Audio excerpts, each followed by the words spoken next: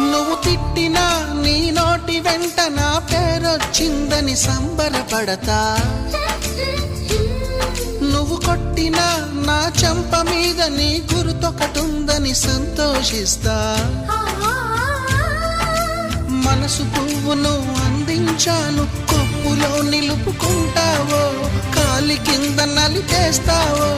వలపు గువ్వను పంపించాను, బొట్టు పెట్టి రమ్మంటావో, గొంతు పట్టి గెంటేస్తావో.